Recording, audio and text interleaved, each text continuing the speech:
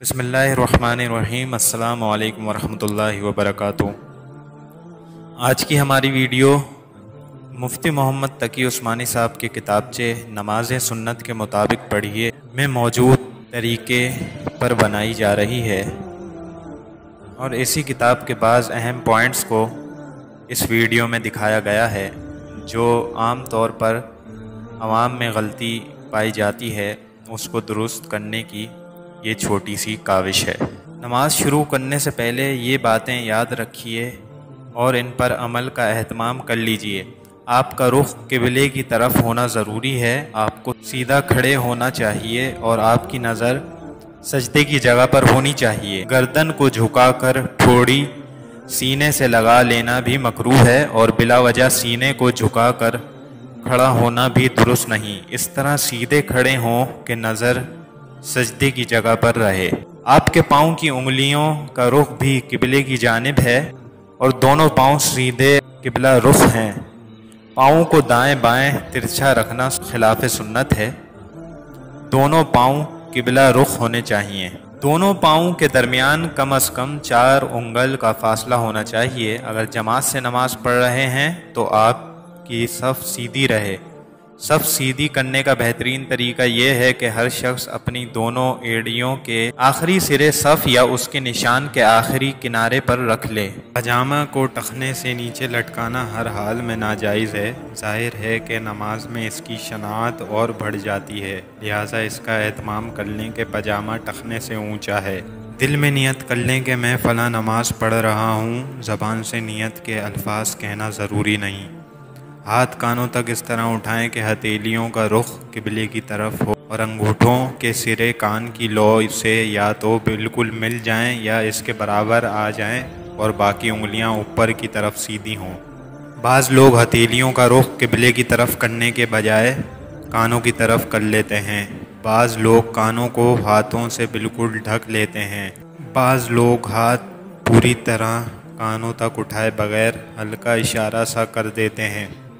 یہ سب طریقے غلط اور خلاف سنت ہیں، ان کو چھوڑنا چاہیے۔ مذکورہ بالا طریقے پر ہاتھ اٹھاتے وقت اللہ اکبر کہیں، پھر دائیں ہاتھ کے انگوٹھے اور چھوٹی انگلی سے بائیں پنجے کے گرد ہلکا سا بنا کر اسے پکڑ لیں، اور باقی 3 انگلیوں کو بائیں ہاتھ کی پشت پر اس طرح پھیلا دیں کہ تینوں انگلیوں کا رخ کوہنی کی طرف رہے۔ دونوں ہاتھوں کو ناف سے ذرا سا نیچے رکھ کر مذکورہ بالا طریقے سے باندھ لیں۔ رکوع میں جاتے وقت ان باتوں کا خاص خیال رکھیں۔ نمبر 1، اپنے اوپر کے دھڑ کو اس حد تک جھکائیں کہ گردن اور پشت تقریباً ایک سطح پر آ جائیں، نہ اس سے زیادہ جھکیں نہ اس سے کم۔ نمبر 2، رکوع کی حالت میں گردن کو اتنا نہ جھکائیں کہ ٹھوڑی سینے سے ملنے لگے، اور نہ اتنا اوپر رکھیں کہ گردن کمر سے بلند ہو جائے، بلکہ گردن اور کمر ایک سطح پر ہونی چاہیے۔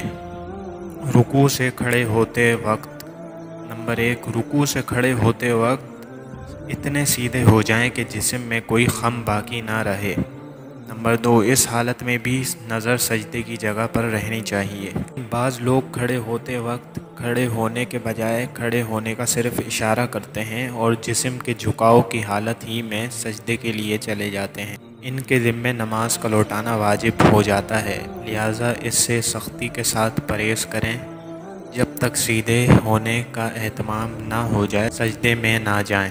آج کل سجدے میں جانے کے اس مخصوص ادب سے بے پرواہی بہت عام ہو گئی ہے۔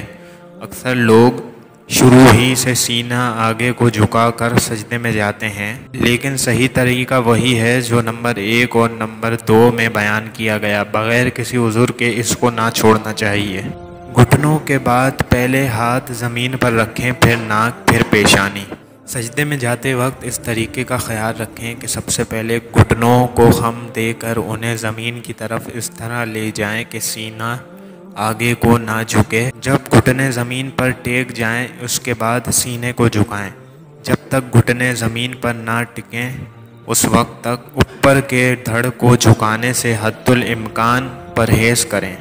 سجدے میں سر کو دونوں ہاتھوں کے درمیان اس طرح رکھیں کہ دونوں انگوٹھوں کے سرے کانوں کی لو کے سامنے ہو جائیں۔ سجدے میں دونوں ہاتھوں کی انگلیاں بند ہونی چاہیے، کونیاں زمین سے اٹھی ہونی چاہیے، کونیوں کو زمین سے ٹیکنا درست نہیں۔ سجدوں کے درمیان ایک سجدے سے اٹھ کر اطمینان سے 2 زانوں سیدھے بیٹھ جائیں، پھر دوسرا سجدہ کریں۔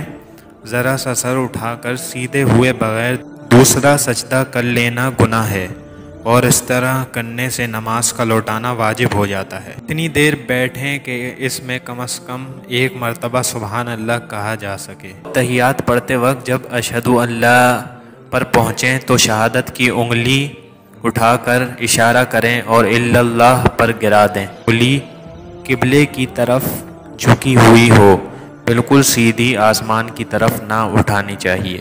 سلام پھیرتے وقت نمبر 1، دونوں طرف سلام پھیرتے وقت گردن کو اتنا موڑیں کہ پیچھے آدمی کو آپ کے رخسار نظر آئیں۔ نمبر 2، سلام پھیرتے وقت نظریں کندھے کی طرف ہونی چاہیے۔